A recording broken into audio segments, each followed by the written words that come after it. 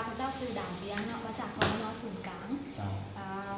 มื้อนี้ที่เรามาเยี่ยมยามพ่อแม่ประชาชนในมื้อนี้ก็เพื่อมาเผยแพร่ข้อมูลเนาะเกี่ยวกับทรย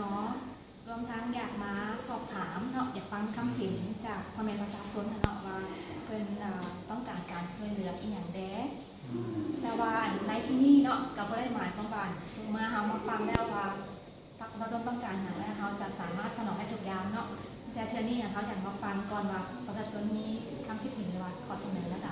โอ้แม่นแท้หวะโดยมาแล้วฉันครอบครัวของข่อยมีความต้องการอยากเฮ็ดกิจกรรมเลี้ยงไก่แต่ข่อยบ่ฮู้ว่าสิไปเริ่มต้นเอาทุนฮอนมาที่ไสเพื่อสิมาซื้อไก่แล้วเลี้ยงฉันเจ้าแนะนำได้บ่เจ้าตัวนี้เนาะทรยเขาก็มีกิจกรรมนึงเนาะเพิ่นเอิ้นว่ากิจกรรมปรับปรุงศิลปกรรมประยุกต์ซึ่งว่ามีในกิจกรรมตัวนี้เนาะเพิ่นจะมีเป็นสร้างเป็นกลุ่มช่วยเหลือซึ่งกันและกันซึ่งว่าเพิ่นจะให้สมาชิกเนาะสมาชิกของกลุ่มสามารถยืมเงิน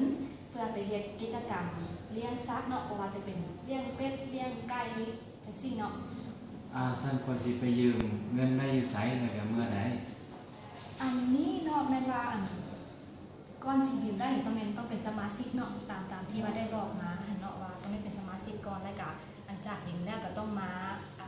ใส่ตามกำหนดเวลาที่ว่าคุมตั้งเนาะและในอาทิตย์หน้าวันพุธนี้เนาะจะมีพนักงานของทรยซึ่งว่าเป็นผู้รับผิดชอบเกี่ยวกับเวียกงานโดยกลุ่มเนาะเพิ่นจะมาเปิดกล่องประชุมอยู่บ้านเฮานี้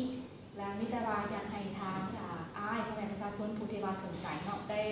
ถามฟังข่าวเนาะถามฟังข่าวจากในบ้านว่าเพิ่นเอิ้นมาประชุมยามใดเนาะก็ให้เสนอให้เขามาร่วมเพื่อสิได้รู้ข้อมูลแล้วก็สอบถามเลยว่าต้องเฮ็ดแนวใดแท้ฉันขอบใจข่อยสิไปหาฟังรายละเอียดมื้อที่เพิ่นเผยแพร่อยู่กล่องประชุมเด้อนะขอบใจหลายๆเจ้ากะ